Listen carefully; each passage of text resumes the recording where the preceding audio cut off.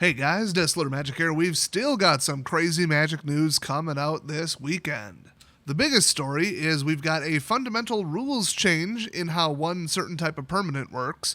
And at the end of the day, it's just because the game is too complicated and even the pros can't remember what's all going on. Too much of the game happens in your head when you're playing paper and does it for you if you're playing digital. And that discrepancy has lost people tournaments because they forgot about one little trigger. Because it wasn't a trigger, but now it is. Okay, so if you forget to do a game action, it is considered an unmissable game action, well, as they all are, and so you are now subject to a game rule violation, which is bad.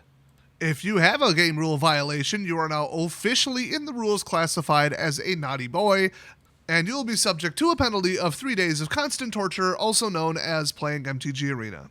However, if you just miss a trigger, then you just get the miss trigger rule. I believe the complaining player will have the choice of whether to have the miss trigger go off or, oh, you missed it, oh well, too bad. So it's like your opponent's option, I believe. It's been a while since I studied to be a judge. So, forgetting to put a lore counter on your saga is now a missed trigger instead of a instant trip to a prison in Siberia. Next up, in news that will surprise absolutely nobody, Ho's still mad about the bannings in Commander. They're threatening to leave the game while actively building more decks. Like I said in the last video, a ton of value was destroyed. That sucks for like small shops, that sucks for card vendors, it sucks for everybody, except for the tryhards where when they see a new broken card that pushes the power level, the first thing they do is get out their credit card and order it so that they can crush their friends because the only thing that matters is winning. That's the loudest person complaining about this. And a lot of people are still giving them very appropriate and deserved backlash on the internet because they know what they do to the community. They know what a pleasure it is to play with people like that. And they just need to shut up and go away. However, a lot of people still have a perfectly relevant complaint about it in that they just lost money or their girlfriend just gave it to them for like their 1 year anniversary or something. Or like a Christmas gift. I'm not sure a lot of these people are necessarily telling the truth, but you get the scenarios that I outlined in the last video. And that's still my stance on it. Nothing has changed. I hate when people go so black and white with it, where they're like, is it good or is it bad? Is the banning good or bad? Are people's complaints valid or not valid? Both. It can be both. Some things are more complicated than that. Speaking of that, we're in a situation here. So Duskmourn, House of Horror, that totally wasn't going to break standard and everybody knew it, apparently just broke standard pretty bad. Surprised Pikachu faces everywhere. Nobody saw this coming. If you're forgetting, one of the many ley lines, and this is a brand new one that was printed in the set, is Leyline of Resonance. It's a 4-cost double red enchantment, and you know how ley lines work. If you don't, if they're in your opening hand, you may start the game with them on the battlefield. It's not casting, it's not anything, it's just you put it on the battlefield for free, and that's how you start the game. Now it states, when you cast an instant or sorcery spell that targets only a single creature you control, like for example a mouse, like an overpowered as hell mouse, or a 0-cost flying piece of crap, just as examples, copy that spell. You may choose new targets for the copy, but you won't because you're just going to win the game. I've seen this deck. I thought it was a stupid, I'm going to win 30% of the time and I don't care because the games will take 30 seconds, kind of like idiotic gimmick. I don't know what the overall win percentage odds are these. I don't think anybody does. But what people are extremely angry about is if you get 1 in your opening hand, it is devastating. If you get 2, you better pull it off correctly. You better be going first and your opponent better not have an early kill spell, but you're going to win on turn 2. Your turn 2, which is basically almost impossible to interact with. I could name maybe a handful of cards that could stop this.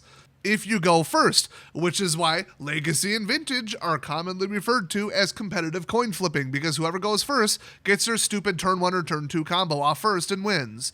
The numbers I heard were 60 to 70% of the time, but it depends on the meta. So we really didn't need that in Standard. Standard's supposed to be different, and Standard is already basically modern if you were to take a time machine back 6 years. The power level and the acceptable win rates, my gosh. But, even pre-rotation, they didn't feel like taking action against the turn 3 Infect win deck. Yeah, it's toxic, whatever everybody calls it, Infect, shut up. And the turn 3 Double Strike Blitz deck, aka my deck, Candy Cane.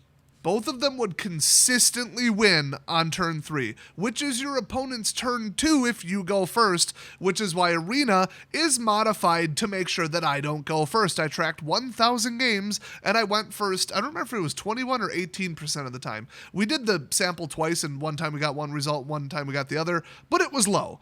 About 1/5 of the time I'm allowed to go first. It's this nice little balancing thing that I like to refer to as completely and utterly rigging the game and cheating. Because as we know, the rules of Magic the Gathering state that I'm allowed to go first 50% of the damn time. So stop breaking the rules, WotC. We all hate you enough already. Anyway, mini rant over, Ley Line of Resonance.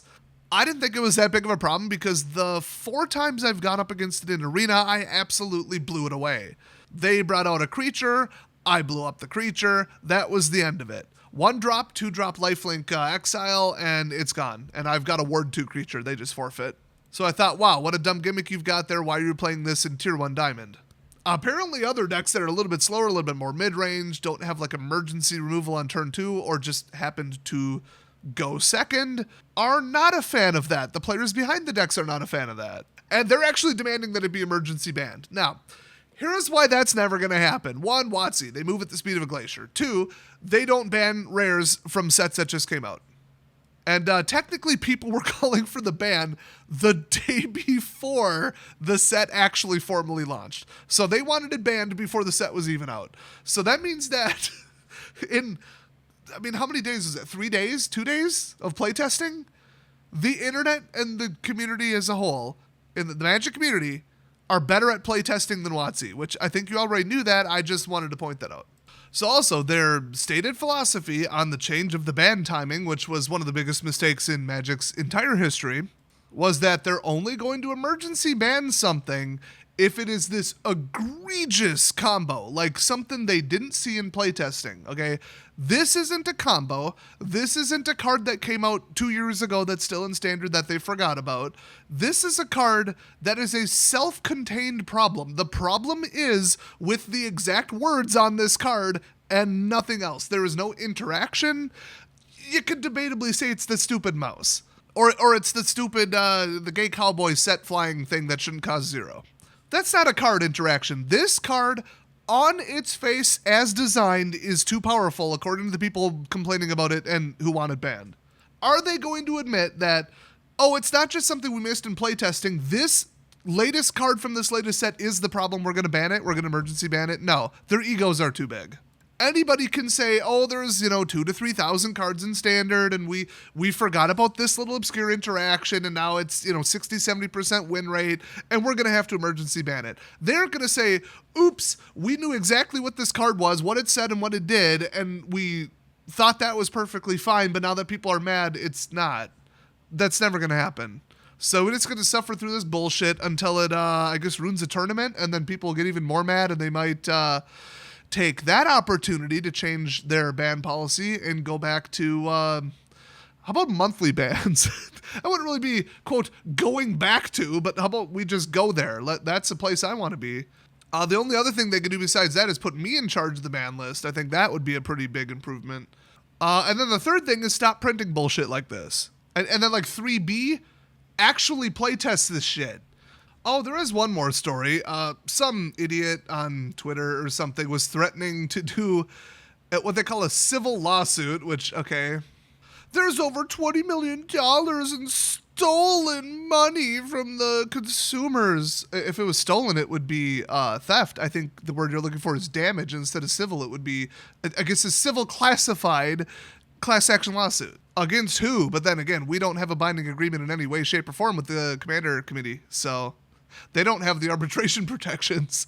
So if it weren't for the fact that the person posting this was a complete and utter idiot who has no idea how the legal system works and is just mad that they lost money on their stupid bullshit overpowered net decks and their stupid speculative investment that they never should have made, I think this actually would be hilarious.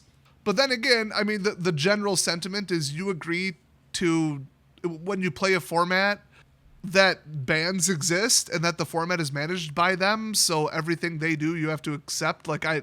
You implicitly agreed to that when you play a thing called Commander, and if you don't want to, make a thing called Commander 2.0 where the only thing not banned is Jewel Lotus and Mana Crypt or whatever it was.